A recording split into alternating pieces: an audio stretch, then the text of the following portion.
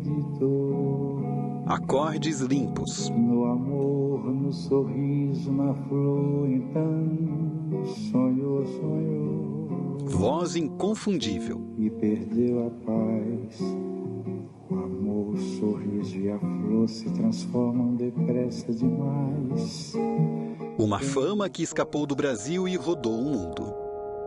Quem já esteve bem perto de João Gilberto sabe algo sobre o gênio do artista. Era que nem a minha, bipolar.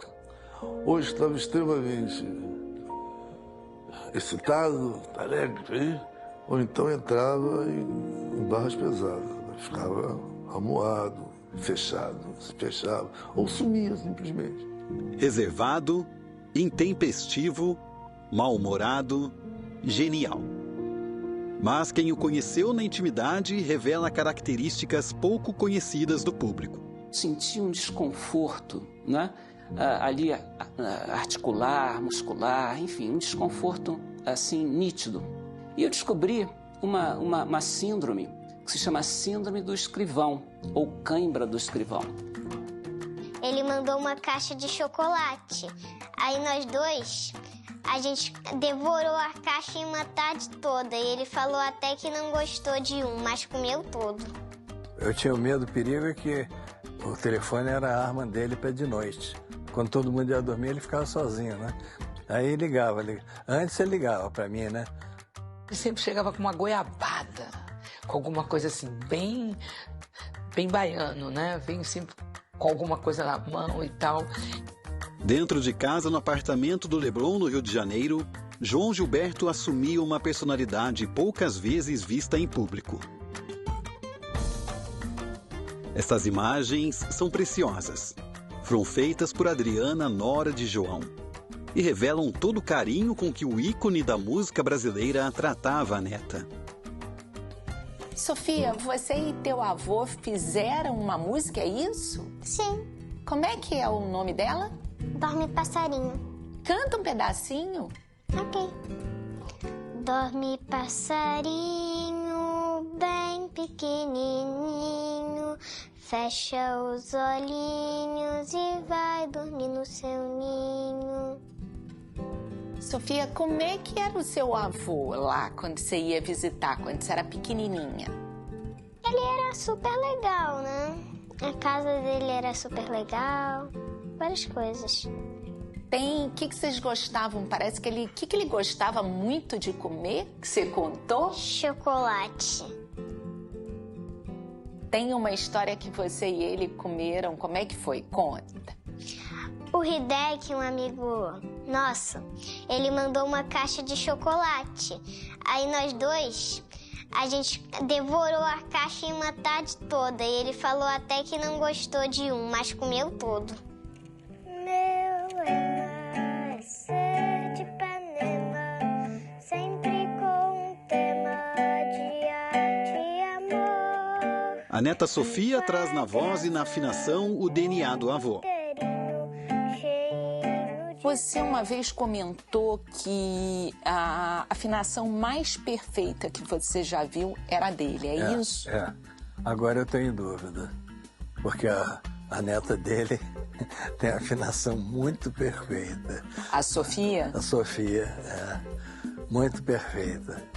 Hoje tem muita gente que canta muito afinado, mas a Sofia já vem ali com seus 7 anos, com afinação perfeita, pode medir, né? O ganso gostou da dupla e fez também. Vem, vem, vem. Olhou pro cisne e disse assim: vem, vem, que o quarteto ficará bem. Muito bom, muito bem. Na beira da lagoa foram ensaiar para começar o tico-tico no fubá. Uma relação que começou com a mãe dela antes mesmo de Sofia ser planejada. Desde 2014 a gente estava morando nessa cobertura. E ele ia sempre, né? Ele ia sempre. A primeira vez que ele foi logo no primeiro ou segundo dia que a gente chegou, né? Nesse apartamento, nessa cobertura. E ele perguntou para mim, ele nem perguntou meu nome, ele falou: o que você acha que acontece com a gente depois que a gente morre? Essa é a primeira pergunta que ele fez. E ele, assim, ele sempre estava com violão, sempre ia com violão, até o momento que ele começou a deixar esse violão lá nesse apartamento. E aí ele chegava, assim, sempre à noite. E ele era engraçado porque ele andava pela casa, assim, nos primeiros dias, procurando a melhor acústica. Aí ele descobriu que a melhor acústica era no corredor, que era entre a mesa de jantar e a sala. Adriana é casada com João Marcelo, filho de João Gilberto e Astrude Gilberto. Astrude, primeira mulher do músico, ficou conhecida internacionalmente por interpretar a versão em inglês de Garota de Ipanema.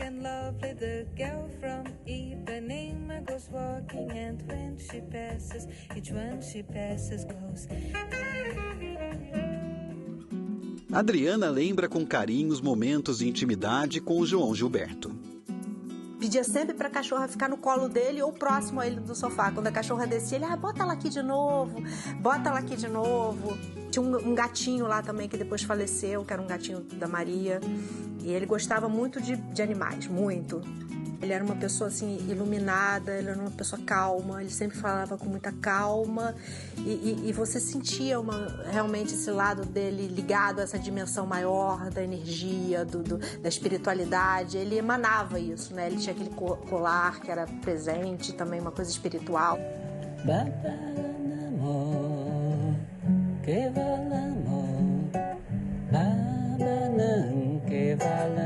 A espiritualidade foi a única forma que o médico, Dr. Jorge Jamili, encontrou para conseguir atender João. Uma medicina assim mais natural, né, onde a gente busca as causas das doenças em vez de tratar os efeitos apenas, principalmente com remédios naturais, não é sem efeitos colaterais, com fitoterapia, remédios de plantas, vitaminas, otimização hormonal. E ele se identificou muito com isso, e pessoalmente comigo, por conta ali ele gostava muito de meditação. E eu tive uma participação de monge na juventude, então isso teve ali uma afinidade natural e nós conseguimos trazê-lo para o tratamento, né? Eu percebi ali uma característica bem ali que me chamou a atenção, foi quando nós, dentro desse tratamento, havia uma prática da meditação. Então eu peguei essa afinidade que ele tinha com a meditação, ele gostava de um mestre indiano chamado Yogananda. Nós conversávamos sobre um centro de meditação em Los Angeles que eu havia participado. O templo em questão é a sede internacional do Self-Realization Fellowship em Los Angeles. Um templo que segue os ensinamentos de Paramahansa Yogananda, um dos maiores difundidores das práticas da yoga e da meditação. Em depoimento exclusivo gravado à nossa equipe, outro ícone da música brasileira faz questão de lembrar com saudade das histórias de João Gilberto.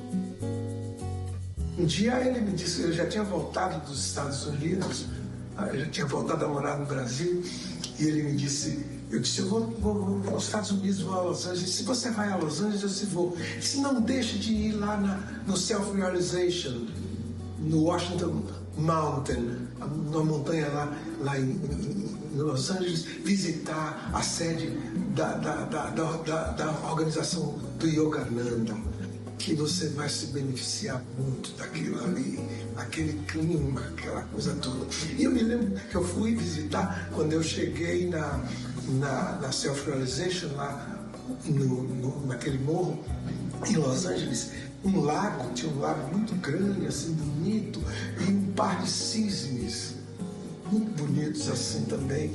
De repente, eu cheguei ali à beira daquela água ali, e fiquei olhando, e de repente os cisnes alçaram voo, os dois assim, pá. No sentido musical, sem dúvida, tudo isso que eu já lhe disse agora, que é um pouco essa impressão que eu tenho, mas também existencialmente. João foi uma pessoa que influenciou muito o meu gosto pela busca da quietude, pela busca da unidade do espírito, porque por tudo dele, pela postura dele, pela dedicação dele ao mundo do silêncio, ao mundo da contemplação e pela yoga.